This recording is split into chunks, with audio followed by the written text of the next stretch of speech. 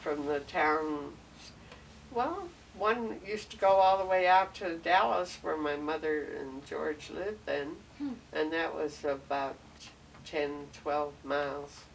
How much was the fare on the trolley? Oh, golly. I wonder, about a nickel, I think. I think that's what it was. Yeah. I can't remember.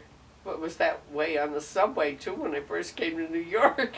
Wow. A nickel on the subway? Huh? It was a nickel on the subway when you first came? When I first came. Wow.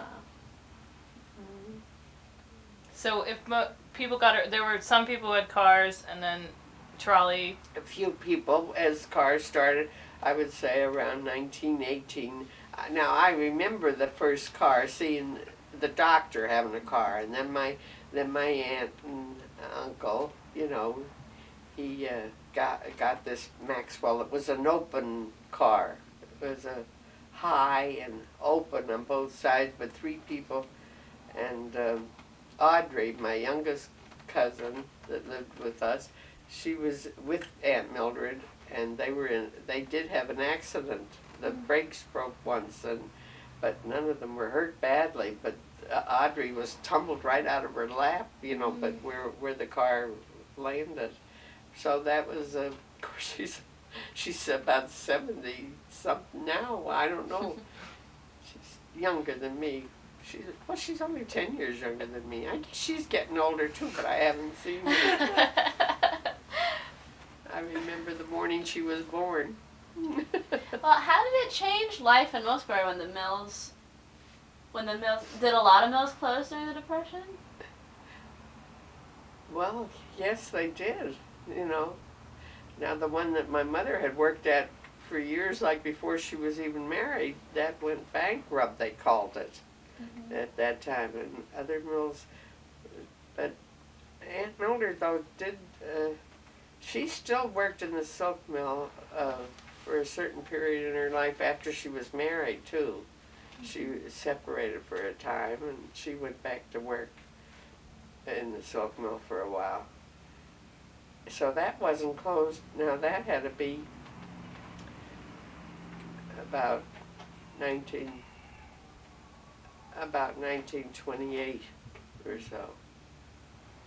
Because Audrey was 8 years old, and Audrey was born in 1925. So they were open yet a while, the silk mills. But see, I had moved away then now, you know, by that time, and I didn't pay much attention. Because I guess not knowing anybody that worked in the silk mill. But they were there a while. And I really don't know just what the work they did. From your memory, was it mostly women who were considered adult, or were there a lot of children working? I know you said you worked in a summer, but... Well, see, I think by the time I grew up, I don't think they allowed you to, you know, then later it was about, you had to be at least 16.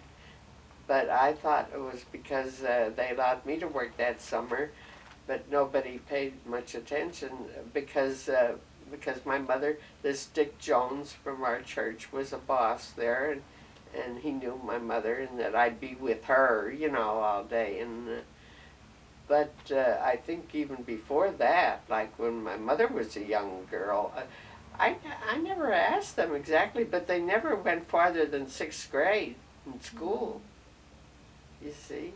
The women of generation before you. That's what I mean, because that's what Aunt Mildred always felt. She had wanted to be a nurse.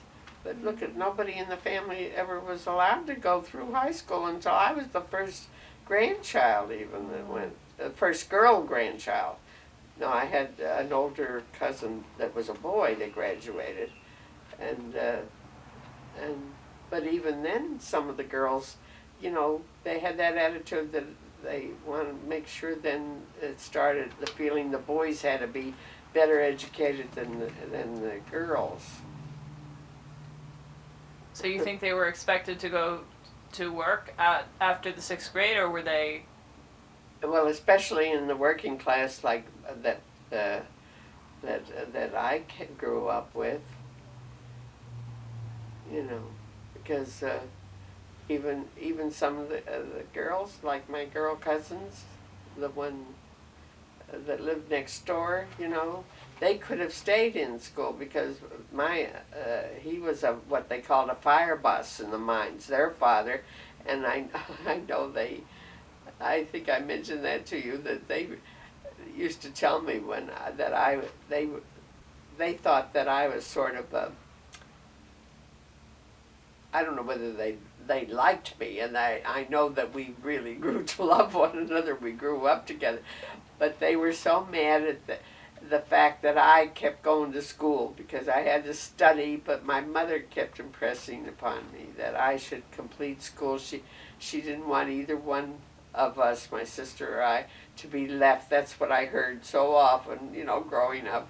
I don't want either one of you ever to be left like I was left, a widow, you know, with 2 children to raise. And that way, the other girls, their mother was angry because they could have continued with school, but they used to want to play hooky, and they'd want me to go with them, and I wouldn't go. No, I wouldn't. Oh, I would hate that, you know. Tell my mother I told you that before, because she would have been so disappointed, really, if I hadn't continued with. So that was what I was so impressed with growing up, is the fact that education was important, because my mother and her sisters had been denied it because they couldn't afford it. Really, they couldn't afford it. The only one that went to farther was that one brother, and that was because he won a scholarship, you know, because they couldn't afford to send children to college in those days.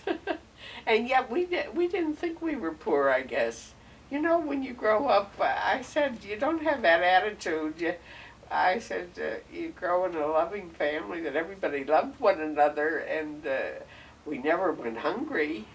It was difficult to get clothing, but my mother had sold her house when my father had died, and sold it to an aunt of hers, and they paid her for the house every 6 months. And she got a payment from the house over the years, and that was how my mother really kept us clothed, because we always got a nice new winter outfit. I never felt deprived, you know what I mean? I never felt deprived because I always thought I looked as good as anybody else did going to school. Because, but there were a lot of children that didn't have it as good as I did, really. But that's when those payments would come due on the house, and she'd say, well, it's time to get an Easter outfit, or it's time to get for Christmas, you know, time. It would come due, and then we'd go shopping. But I know that we always had enough food on the table. Of course, they baked all their own bread and canned all their food. You always had it. In the fall, I used to have to help too. You know, peel the tomatoes. They pour the hot water over the tomatoes, and you had to take the skins off. And they'd made ketchup and stewed tomatoes and chili sauce, all those good things that you lived on in the wintertime too. I'm glad I didn't really live that time, because I find it's so much easier to live today. You can get everything just with a telephone call, even. Yeah. Mm-hmm. I don't know. Anything more? Yeah, this is great.